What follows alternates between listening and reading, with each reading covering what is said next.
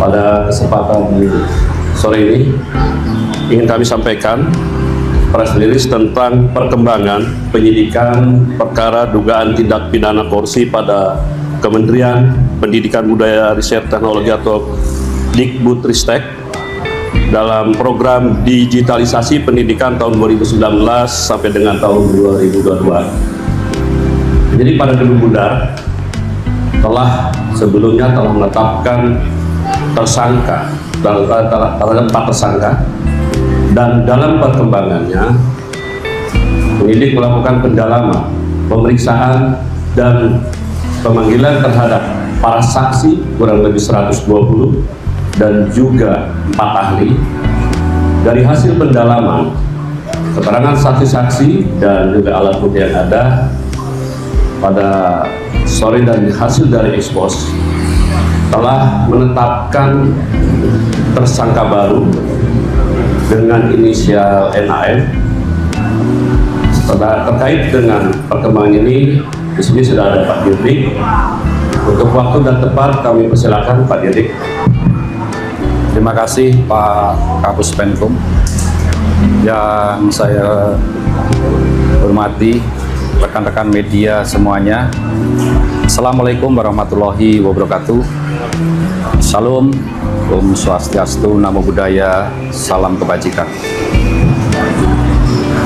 Sehubungan dengan perkembangan penyidikan perkara dugaan tindak pidana korupsi pada Kementerian Pendidikan, Kebudayaan, Riset, dan Teknologi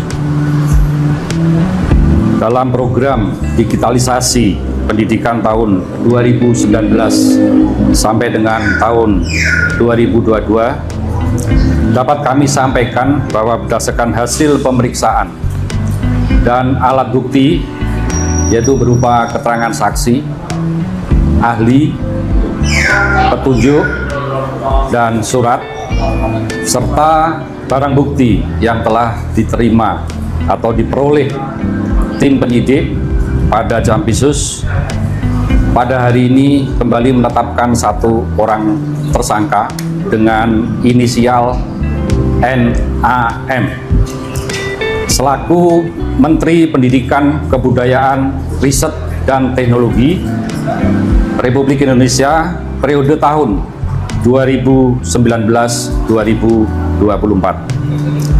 Perbuatan yang dilakukan oleh tersangka NAM antara lain yaitu pada bulan Februari 2020, NAM yang saat itu menjabat sebagai Menteri Pendidikan dan Kebudayaan, Riset, dan Teknologi melakukan pertemuan dengan pihak dari Google Indonesia dalam rangka membicarakan mengenai produk dari Google, yaitu dalam program Google for Education dengan menggunakan Chromebook yang bisa digunakan oleh kementerian terutama kepada peserta didik.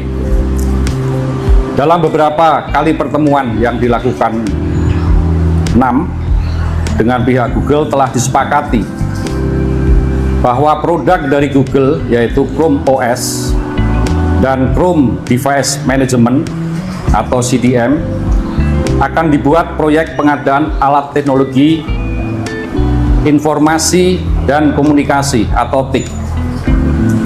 Dalam mewujudkan kesepakatan antara NAM dengan pihak Google Indonesia, selanjutnya pada tanggal 6 Mei 2020, NAM mengundang jajarannya, diantaranya yaitu H selaku Dirjen PAUD Dikdasmen, T selaku Kepala Badan Litbang Kemendikbudristek, JT dan FH selaku staf khusus menteri telah melakukan rapat tertutup, yaitu melalui via Zoom meeting, dan mewajibkan para peserta dalam menggunakan handset atau alat sejenisnya yang membahas pengadaan atau kelengkapan alat TIK, yaitu menggunakan Chromebook sebagaimana perintah dari NAM.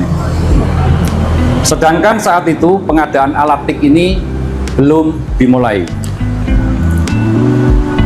Untuk meloloskan Chromebook produk Google, Kemendikbud sekitar awal tahun 2020, NAM selaku Menteri menjawab surat Google untuk ikut partisipasi dalam pengadaan alat TIK di Kemendikbud.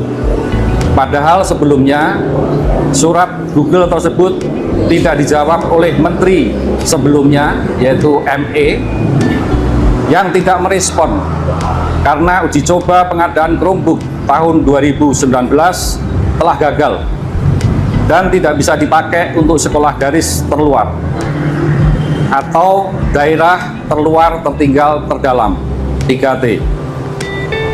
Atas perintah 6 dalam pelaksanaan pengadaan TIK tahun 2020 yang akan menggunakan Chromebook, SW selaku Direktur SD dan M selaku Direktur SMP membuat juknis Juklaf yang spesifikasinya sudah mengunci, yaitu Chrome OS. Selanjutnya tim teknis membuat kajian review teknis yang dijadikan spesifikasi teknis dengan menyebut Chrome OS. 6 pada bulan Februari 2021 telah menerbitkan Permendikbud nomor 5 tahun 2021 tentang petunjuk operasional dana alokasi khusus fisik reguler bidang pendidikan tahun anggaran 2021 yang dalam lampirannya sudah mengunci spesifikasi Chrome OS. Ketentuan yang dilanggar: 1. Peraturan Presiden nomor 123 tahun 2020 tentang petunjuk teknis dana alokasi khusus fisik tahun anggaran 2021. Kedua, Peraturan Presiden nomor 16 tahun 2018 sebagaimana telah diubah dengan Peraturan Presiden nomor 12 tahun 2021 tentang pengadaan barang jasa pemerintah. Ketiga, Peraturan LKPP nomor 7 tahun 2018 sebagaimana telah diubah dengan Peraturan LKPP nomor 11 tahun 2021 tentang pedoman perencanaan pengadaan barang jasa pemerintah. Kerugian keuangan negara yang timbul dari kegiatan pengadaan TIK diperkirakan senilai kurang lebih 1.980 miliar yang saat ini masih dalam penghitungan kerugian keuangan negara oleh BPKB. Pasal yang disangkakan: tersangka 6 disangkakan melanggar pasal 2 ayat 1 atau pasal 3 Yunto pasal 18 Undang-Undang nomor 31 tahun 1999 sebagaimana diubah dengan Undang-Undang nomor 20 tahun 2001 tentang perubahan atas Undang-Undang RI nomor 31 tahun 1999 tentang pemberantasan tindak pidana korupsi Yunto pasal 55 ayat 1 ke 1 KUHP. Untuk kepentingan penyidikan, tersangka NAM akan dilakukan penahanan di rutan selama 20 hari ke depan sejak hari ini tanggal 4 September 2025 bertempat di Rutan Salimba Cabang Kejaksaan Negeri Jakarta Selatan. Demikian yang dapat kami sampaikan. Saya akhiri, wassalamualaikum warahmatullahi wabarakatuh. Salam, Om Santi Santi Santi Om.